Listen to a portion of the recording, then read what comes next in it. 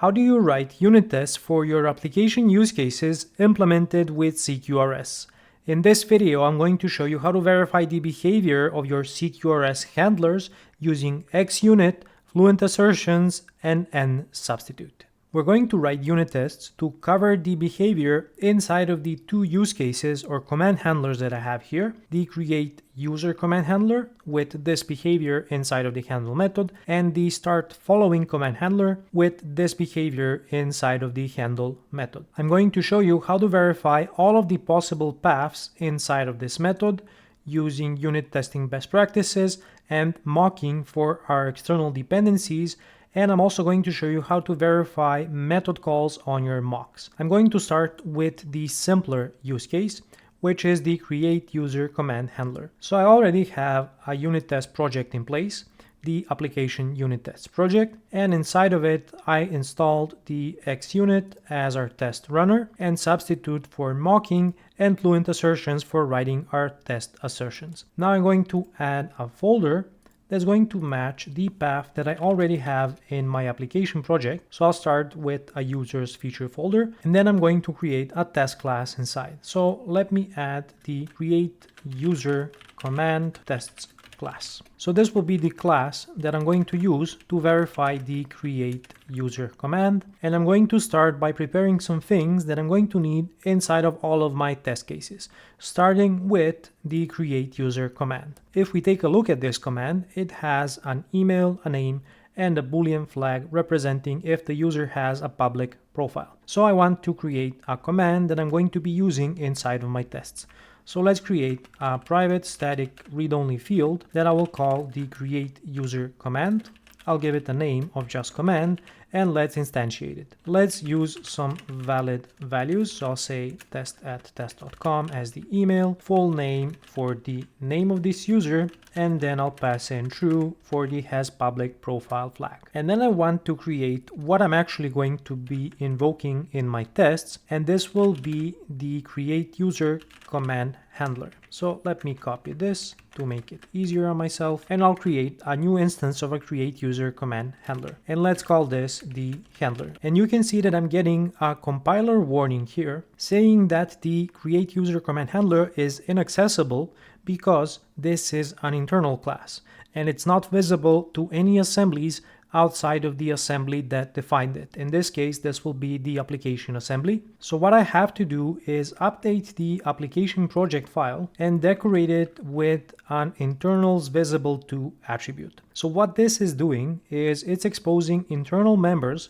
to the assembly that I specify here, or rather the project. So I'm exposing my internal members to my application unit test project. And if I go back to my unit test class, you'll see that the create user command handler is now accessible inside of this class. So let me add the other things that I'll need. And these are the two dependencies of this handler, the iUser repository and the iUnit of work. So I'm going to create private read-only fields for these repositories. So I'll first need the iUser repository, and let's call it the user repository mock. I'm being explicit from the start that this will actually be a mock of the user repository interface, and I'm going to do the same for the unit of work. So iUnit of work, and let's call this the unit of work mock. And then inside of the constructor, I'm going to initialize these mocks by using NSubstitute. So I'll say the user repository mock is equal to substitute, and then I'll say a substitute for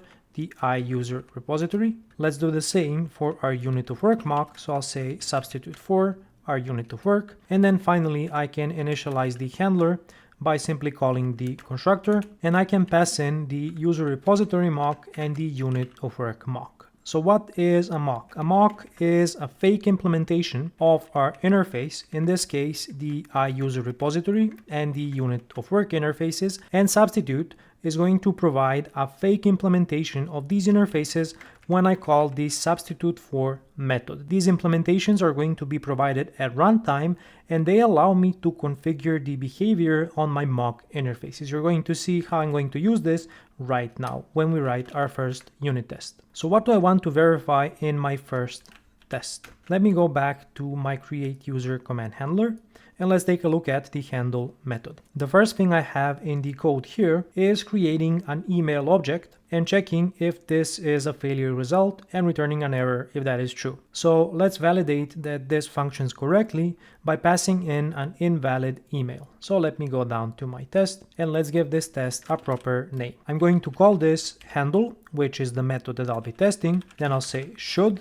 and describe what should happen. So it should return an error and then describe my test case. So when the email is invalid, I'm going to write my arrange, act, and assert steps, and I'm going to prepare each step one by one. So first of all, I need to prepare an invalid command, and I'm going to use the with expression to modify my existing command, which is a valid command, and assign it an invalid email. So let's just say invalid email as the value, and I'm going to use this in my act step. So I'm going to create a variable to hold a result, which is going to be returned when we call the handle method and pass it the invalid command.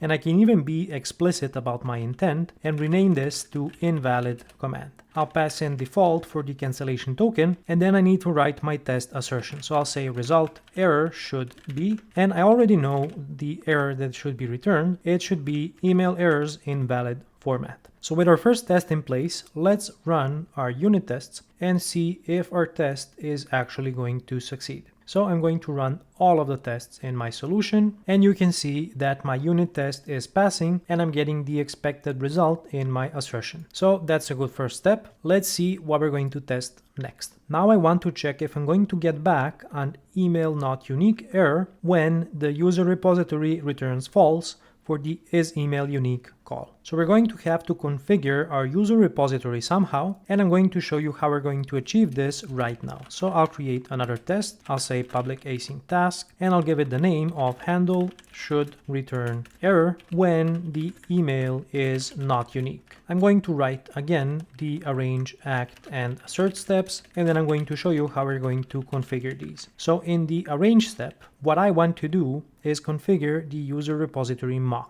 I'm going to call the isEmailUnique async method. Remember that this is our mock implementation when the test is running, and I need to somehow configure that this is being called with the proper email value, the one that's being passed in on my command object. So I'll say argument is, and I'll say that this is an email, which is the argument that this method expects, and I can write a predicate to check if this is the email that I'm expecting. So I'll say if the email value is equal to the email on my command, then you're going to return the value that I configure. So I'll say returns, and in this case I want it to return false, meaning that the email is not unique.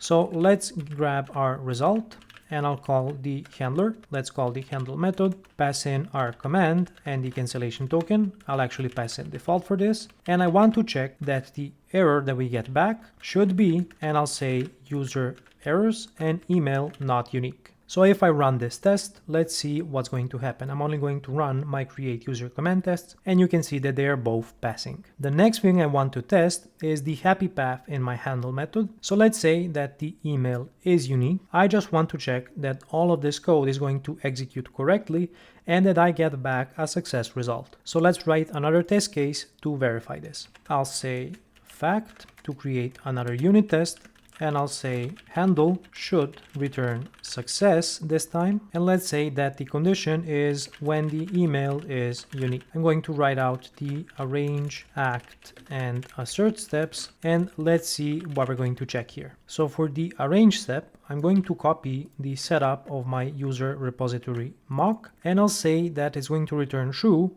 meaning that the email is unique. Then in the act step, I'm going to call my handler to get back a result, and I'll say handler handle, give it the command and the cancellation token, and then I just want to check that the isSuccess flag on my result should be true.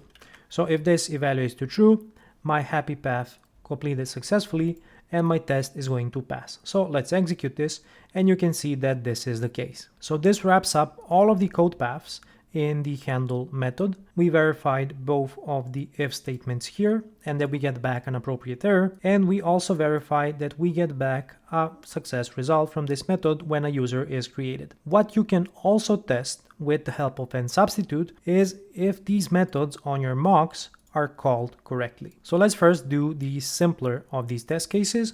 I just want to check that the unit of work is called when this method succeeds. So let's write that test. I'll say fact public async task, and I'll call it handle should call unit of work when the email is unique. I'll add my arrange, act, and assert steps, and I'm going to copy the setup from the arrange step of the previous test. The user repository mock will return true for the isEmailUnique method, and we can execute our handler and already expect it to succeed. So I'll just call the handler and give it the command and the cancellation token, and I don't want to verify the result that this method returns because the previous test already takes care of that. I just want to check that the unit of work is called. So I'll say await unit of work because the save changes is an asynchronous method, and I'll first call received to say how many calls of this method I'm expecting, and then I'll chain the save changes async method. And for the cancellation token argument, I'll say that it is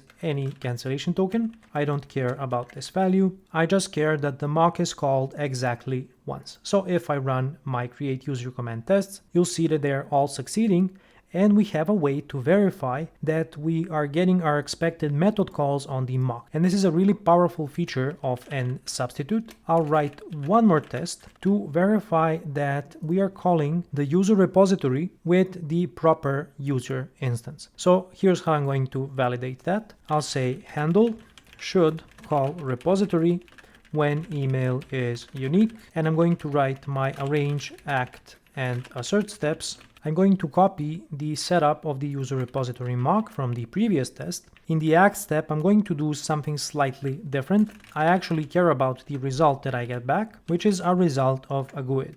So let's call this the result. I'll call the handle method, give it the command and the cancellation token. And now what I want to do is to check my user repository mock, and I'll say that it should have received one call to the method, and I'm looking for a call to the insert method. And I also want to check that the user instance that was passed in here satisfies a given condition. So I'll say argument is user, and the user's ID, and this is the important part, is equal to the value of the result that we get back. So this GUID in the result is actually going to be the identifier of this user.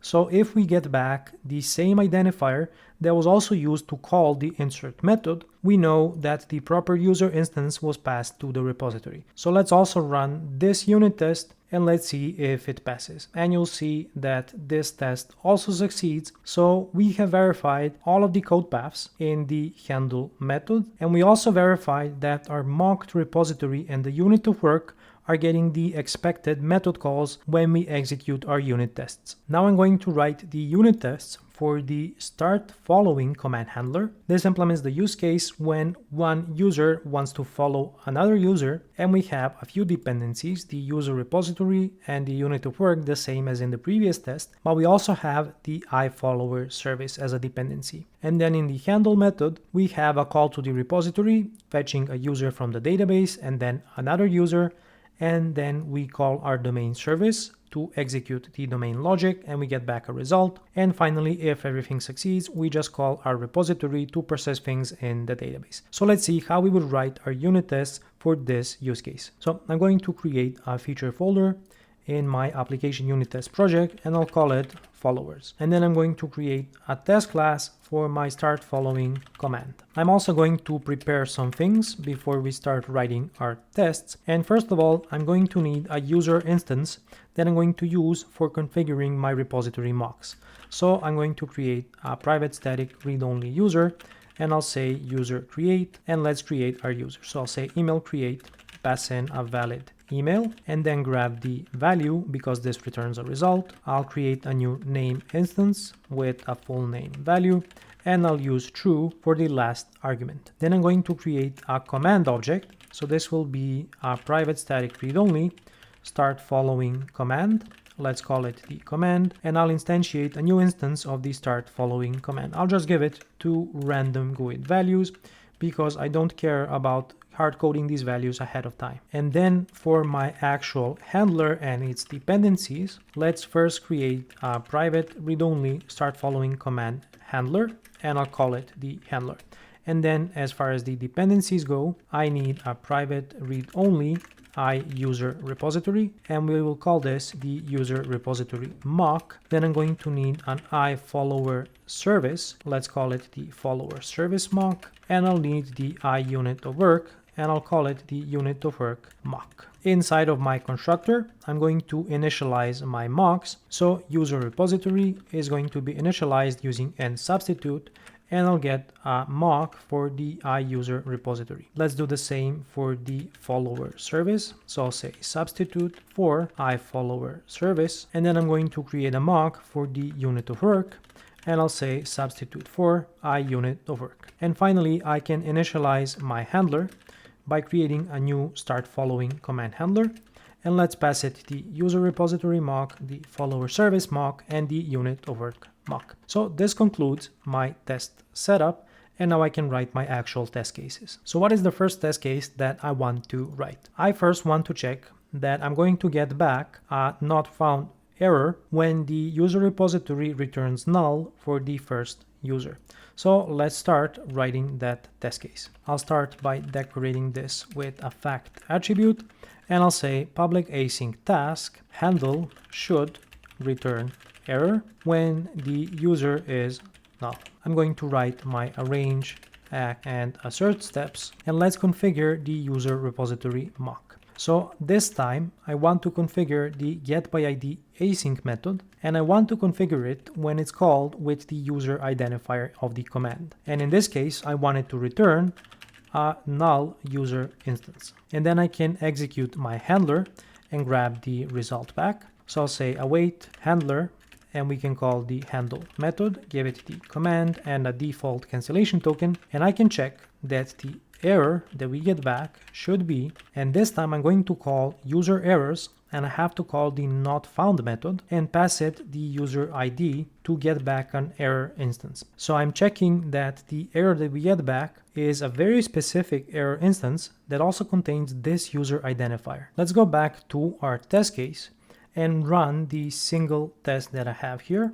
So I'm going to run this test, and you're going to see that it's going to succeed. Now, if I change something about this test, let's say I check that the error that we get back contains the followed user ID and rerun this test, I'm expecting this test to fail. And you can see that this is the case. And if you take a look at the test output, you probably won't be able to see everything from my face, but what it says is the error that we were expecting should have had a specific user identifier, but the one that we got back from the handle method had a completely different value. So I'm going to fix this test, and then let's see what's going to be our next test case. So after this first user is null check, we also have a check if the followed user is null. So let's see how we would test that. I'm going to copy this test so that I can set up the next test case a bit faster. And I'll say that this should be a handle should return error when the followed user is null. And then in the arrange step, I'm going to configure the user repository to return back a user instance when I pass it the user identifier, but it's going to return null when I pass it the followed user identifier. And then I can execute my test, and I need to verify that the result that I get back has this identifier in the user not found error. So let's run this and let's see what's going to happen. And you'll see that both of my test cases are passing. So I'm able to verify that both this and this branch are executing correctly. And now I want to check what happens when I get a failure result from my follower service. I don't want to be testing the follower service at all because it's a dependency and I should be testing the implementation, and in fact I am doing that. But here I just want to check if I get back a failure result that I'm also getting that same error from this method. So let's see how we would test this. I'm going to reuse this test case for my next test, and I'll just change the condition here to be when start following fails. So this will match the method that I am calling on the follower service. In both cases, I want the user repository to return back a user instance, but I want to configure the follower service mock to return something specific when I call start following async. And let's say I pass it the user instance both times and default for the cancellation token. I want this mock to return a specific error, and I'm going to pass it the follower errors same user. So I'm going to move this into a new line so that you can see it clearly. And then I need to check that when the handle method completes, this is also the error that I'm getting back. So I'll say follower errors, same user. So again, this is checking this specific path in my handle method, and let's execute our test case. So you can see that all of our tests are passing, and now let's write our test case to verify the happy path in our handle method. So I'll say that the handle method should return a success result when the start following method does not fail. How do I make sure it doesn't fail? Well, I need to make it return a success result. So I'll pass in result success here. And then I want to check that the result that I get back is a success result by saying is success should be true. And if I go ahead and execute my unit tests, you'll see that all of our tests are going to pass. And then one more thing that I could test here is that in the happy path, I'm also calling the repository. So let's write a test case for that. I'll copy this one. I'll say that it should call the unit of work when the start following does not fail. I don't care about the result here, so I'm going to delete it. And in the assert step, I'm going to say that the unit of work mock should receive one call to the save changes async method with any cancellation token argument. And I'll need to add an await statement here. And now if I execute my tests, I expect all of them to be passing. So you can see how easy it is to write tests with the help of NSubstitute and FluentAssertions. But what's also helpful here is that I wrote my handlers to be really testable in the first place. So I did this by making all of my dependencies explicit so that I can provide mocked implementations that I can control at runtime, and runtime being the test execution. And then the second thing is I have a very clear set of arguments. So I'm only depending on the command object here, and I'm returning a result instance back, which you can use to verify what happened in the handle method. One more thing that we need to discuss is if these kinds of tests are valuable, and I think that unit testing your handlers does carry some sort of value, mainly that you are verifying that your behavior is correct. However, all of these dependencies are actually external services, so the repositories are talking with a database and performing some side effects, and you really want to be also making sure that these side effects are taking place. And you can't verify this using mocks for the unit of work or the repository. You can only do this with integration tests. One more thing I want to show you is the code coverage in our handlers. So let me run my resharper to cover all of my tests from the solution, and we're going to get back a coverage report. So you can see that we have pretty good coverage in the create user command handler.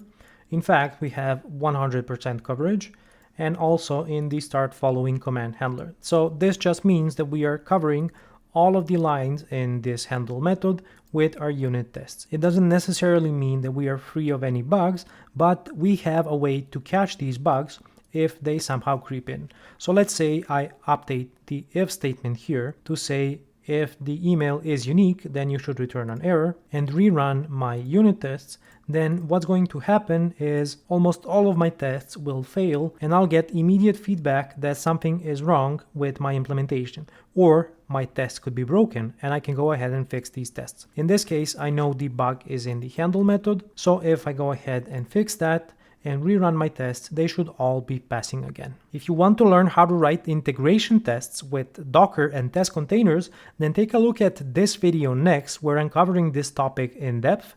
Make sure to smash the like and subscribe buttons, and until next time, stay awesome.